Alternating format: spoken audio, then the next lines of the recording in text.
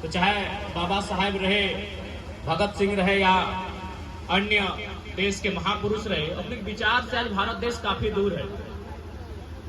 इसलिए आज हर एक युवा वर्ग के, खासकर युवा वर्ग की आवश्यकता है कि बाबा साहब केवल मूर्तियों तक सीमित ना रहे और विचारधारा जन जन तक पहुंचे के चाहिए। और बाबा साहब भी बढ़िया बात कर रहे कि जिन विचारों का प्रचार नहीं होता है वो विचार मर जाते हैं। इसलिए बाबा साहब के विचारों को आज भी हमें लगता है किसी गांव के अंतिम व्यक्ति तक पहुंचाने की आवश्यकता है।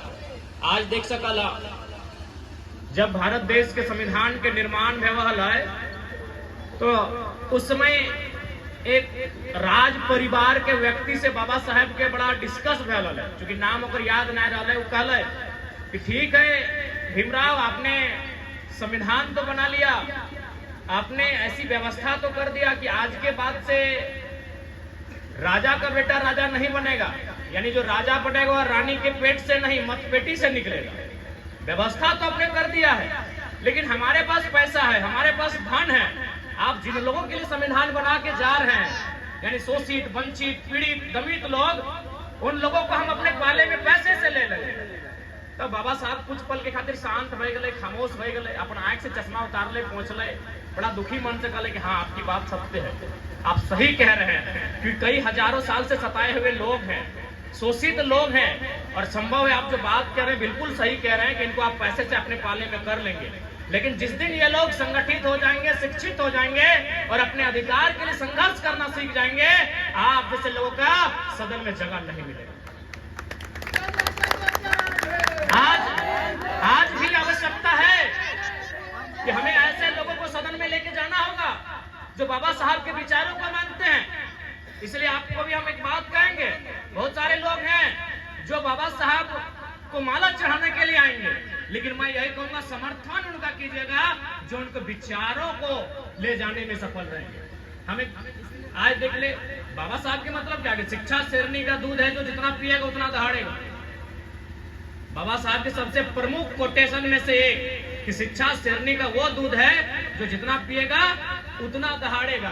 लेकिन आज जानकारी होना चाहिए, आज भारत देश में शिक्षा पर 18% का जीएसटी है और सोना और चांदी पर 3 से 5% का जीएसटी है। यानी आज भी समझना होगा कि जो लोग चाहते हैं कि गरीब लोग आगे ना आए, किसान, कामगार, शोषित, वंचित लोग आगे ना आए, आज भी उनको मालूम है शिक्षा ही शेरनी का दूध है जो जितना पिएगा उतना दहाड़ेगा। आज हम अपने उदाहरण ले ले, आज एक छोटा सा लड़का, यह तो तोपचाची प्रखंड के मानटाण गांव के लड़का, 2 साल पहले हमने कोई परिचय ना हले, फुटबॉल के मैदान में फुटबॉल खेलना, क्रिकेट खेलना, यह मानटाण मोड़ में बस के पकड़ के पीके रोए अपन क्लास करे जाना। आज ही राज के लड़का केवल राज्य में ना आए, पटना में चर्चा भय रहा है कि गिरिडीह से जो लड़का चुनाव लड़ रहा है जयराम महतो, हम लोग देखना चाहते हैं दिल्ली में कैसे दहाड़ेगा। आज पटना में चर्चा भय रहा है कि गिरिडीह का लोकसभा जो लड़का है वो लड़ रहा है, उसका नाम जयराम महतो है। हम लोग देखना चाहेंगे जैसा वो दहाड़ स्टार्ट करके छत से देता है, वो तब दिल्ली जाएगा, उसका दहाड़ कैसा रहेगा। तो एजुकेशन आज इस राज्य में हमनी उम्र के लड़का मुखिया बने के ना सोचे, लोग हमारा मुख्यमंत्री के बात कर रहा है। तो कहीं ना कहीं एजुकेशन, एक छोटा सा कहानी क्या चाहिए, एक राजा है, और राज में वो अंधा रहा, वो अंधा चुके पर कोई काम धाम नहीं रहा, अंधा आदमी लगले, तो दिन भर ओकरा मीट मछली अंडा खाए ले दे, और बदले में वो कभी सिंगदहा के चौक में, कभी हीरापुर के चौक में, तो कभी मानटाण तोपचाची के चौक में बैठा है और राजा के गुणगान करा ले, कहीं राजा अपना फ्री में खाए ले दे। तो राजा के कान तक संदेश ले कि भाई तो बड़ा अच्छा आदमी अंधा, कि जहां जाता है चौक चौराहा में मेरी तारीफ करता है, मेरी प्रशंसा करता है। तो मंत्री के डाकला है, कहे सुनिए मंत्री जी आप एक काम कीजिए, इसकी आंखों का इलाज कीजिए। तो मंत्री कहे राजा साहब पगला उगला गया कि यदि अगर आंख के इलाज करवाना तो सबसे पहले पर काला धन है देखो, इसीलिए अच्छा हो एक 2 अंडा के जगह 4 को खियाओ, एक फ्री में खियाओ, लेकिन आंख खोले काम नहीं करिए। वही हाल हमनी से 5 किलो 4 फ्री में मिले तो, लेकिन फ्री में MA BA तक के पढ़ाई तो नहीं मिलता। ये भारत देश की तस्वीर है। इसलिए आज हमने के चिंतन मंथन करे की आवश्यकता हो कि भारत देश की तस्वीर कैसा होना चाहिए, बाबा साहब के सपनों का भारत कैसा होना चाहिए, शहीद आजम भगत सिंह के सपनों का भारत कैसा होना चाहिए। आज सामाजिक न्याय पर आधारित भारत होना चाहिए, समाजवाद पर आधारित भारत होना चाहिए, लेकिन आज खोज के देखिए कहां मिलेगा वो भारत। और खासकर नारी शक्तियों के लिए तो बाबा साहब का बहुत बड़ा पैगाम था कि मैं किसी भी समाज की उन्नति उस समाज की महिलाओं के द्वारा की गई उन्नति से मापता हूं। यदि कोई समाज कहता है कि हम प्रबुद्ध समाज हैं, हम उन्नत समाज के लोग हैं, तो बाबा साहब कहते हैं मैं उस समाज की उन्नति उस समाज की मर्दों की उन्नति से नहीं मापता हूं, उस समाज की औरतों ने कितना उन्नति किया है मैं उससे मापता हूं। इसलिए आज समय के अभाव है, लगभग 15-20 जगह हमने के कार्यक्रम है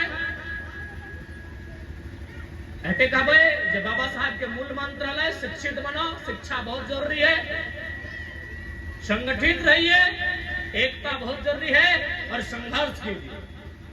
ताकि बाबा साहब भी आज अगर दुनिया में जाने जाते हैं तो अपने संघर्षों के कारण जाने जाते हैं, अपने त्यागों के कारण जाने जाते हैं।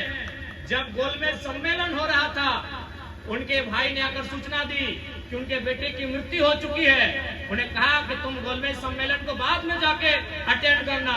तो बाबा साहब ने कहा कि मेरा तो एक बच्चा मरा है और वो वापस नहीं आएगा, लेकिन मैं अगर सम्मेलन में नहीं गया इस भारत देश के करोड़ों शोषित वंचित बेटों का सपना मारा जाएगा और अपन मरे हुए बेटे को छोड़कर बाबा साहब गोलमेज सम्मेलन अटेंड करने गए।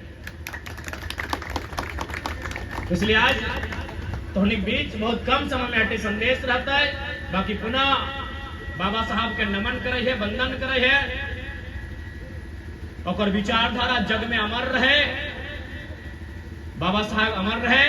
जय झारखंड, जय झारखंड।